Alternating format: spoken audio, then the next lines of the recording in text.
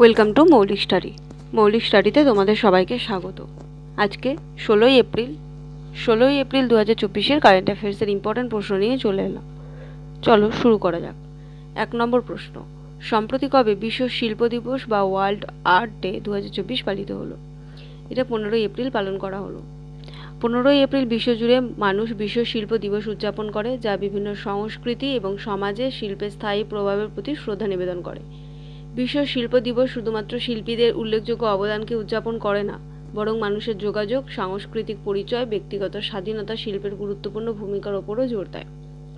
15ই April 2012-তে মেক্সিকোয় গুয়াদালাজারাতে ইন্টারন্যাশনাল অ্যাসোসিয়েশন অফ আর্ট এর সাধারণ অধিবেশন চলাকালীন বিশ্ব শিল্প দিবসটি লিওনার্দো দা ভিঞ্চির জন্মদিনের প্রতি শ্রদ্ধা জ্ঞাপন করতে পালন করা হয়। এবছরের থিম হচ্ছে a garden of expression, cultivating community through art.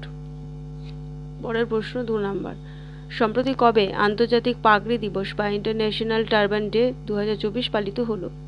এটা 13ই এপ্রিল পালন করা হলো। এই দিনটি বেছে নেওয়ার কারণ হচ্ছে শিখ সম্প্রদায়ের জন্য একটা গভীর তাৎপর্য বহন করে। এই তারিখটি বৈশাখী উদযাপনের সাথে মিলে যায়। এটি একটি প্রধান শিখ উৎসব যা খালসা পন্থের জন্মকে চিহ্নিত করে। 1699 সালের এই দিনে দশম শিখ গুরু গোবিন্দ সিং শিখ ইতিহাসে একটি গুরুত্বপূর্ণ মুহূর্ত এনেছিল। পাগড়ি বা দস্তার শতাব্দী ধরে শিখ সংস্কৃতি পরিচয়ের একটি অবিচ্ছেদ্য অংশ হিসেবে বয়ে চলেছে। আন্তর্জাতিক পাগড়ি দিবস 2004 সালে প্রথম পালন করা হয়, তারপর থেকে প্রতি বছর পালিত হয়ে আসছে। পরের প্রশ্ন 3 নম্বর, সম্প্রতি কবে ভারত বিশ্ব কোয়ান্টাম দিবস উদযাপন করেছে? এটা 14ই এপ্রিল করেছে। 14ই এপ্রিল 2024-এ ভারত বিশ্ব কোয়ান্টাম দিবস উদযাপন করছে।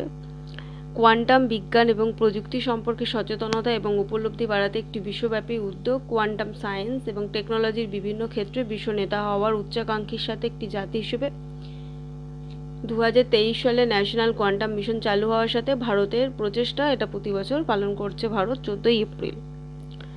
পরের প্রশ্ন 4 নম্বর, সম্প্রতি ভারত সরকার ফিনান্সিয়াল ইয়ার 2025-এর জন্য কয়লা উৎপাদনের লক্ষ্যমাত্রা কত নির্ধারণ করেছে?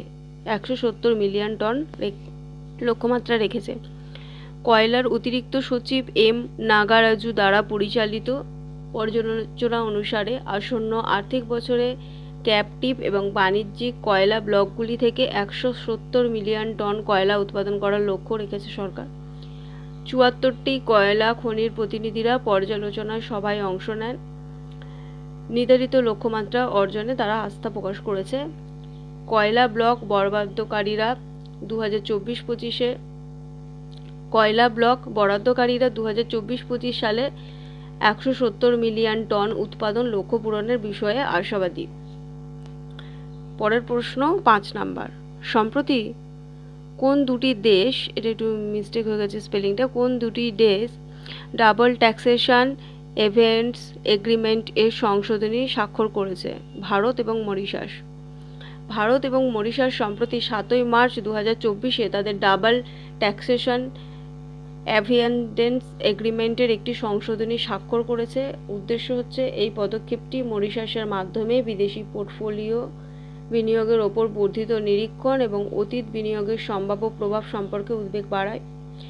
আয়কর বিভাগ ঘোষণা করেছে যে সংশোধিত প্রোটোকলটি এখন আয়কর আইন 1961 ধারা 90-এর অধীনে সমর্থিত এবং অবৈধ করা বাকি আছে।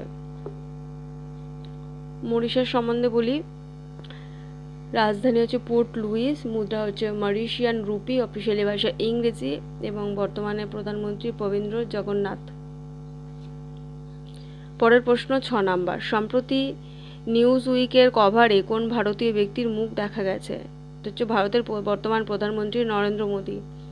প্রধানমন্ত্রী নরেন্দ্র মোদী নিউজ উইকের প্রচ্ছদে ইন্দিরা গান্ধীর পর প্রথম ভারতীয় প্রধানমন্ত্রী হিসেবে তার প্রচ্ছদে মুখ দেখা গেছে এবং সেখানে একটি বিস্তৃত সাক্ষাৎকারে তিনি চীন, অর্থনৈতিক সংস্কার, আসন্ন লোকসভা নির্বাচন, কোয়াড জোট এবং ভারতে গণতন্ত্রের ভূমিকা সহ বিভিন্ন বিষয়ে আলোচনা করেছেন।